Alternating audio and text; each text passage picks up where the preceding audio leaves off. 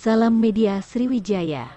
Pemerintah Kota Palembang melalui Wakil Wali Kota Palembang Fitriyanti Agustinda didampingi Kepala UPTD Terminal Sako Samudin, Camat Sematang Borang, beserta jajaran kembali inspeksi mendadak sidak ke Terminal Sako Palembang yang kondisinya memprihatinkan, seperti kondisi jalannya seperti kubangan, beberapa bagian atap ruang tunggu bocor dan ada yang hilang serta fasilitas WC perlu segera diperbaiki. Selasa tanggal 28 Maret tahun 2023.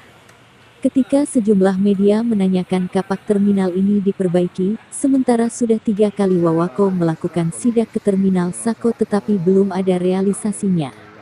Wawako Finda mengungkapkan, memang terminal ini kurang mendapat perhatian, bahkan beberapa permasalahan terkesan lambat. Hari ini kita kembali melihat Terminal Sako dan diteruskan ke Terminal Pelaju yang memang menjadi tanggung jawab pemerintah Kota Palembang. Tahun ini Terminal Sako akan diperbaiki, intinya tahun ini akan segera diperbaiki, seperti fasilitas WC, bagian atap dan jalan, katanya.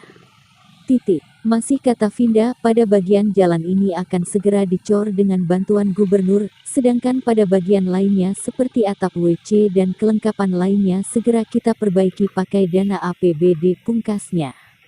Seperti diketahui media ini, terminal yang diresmikan pada tahun 1990 ini ada beberapa bagian fasilitas segera diperbaiki yakni bagian atap sudah lapuk dan keropos, jalan tempat lalu lintas dan parkir kendaraan berlubang cukup besar seperti kubangan dan saluran air atau drainase di sekitar tersumbat sampah dan terganjal tumpukan tanah.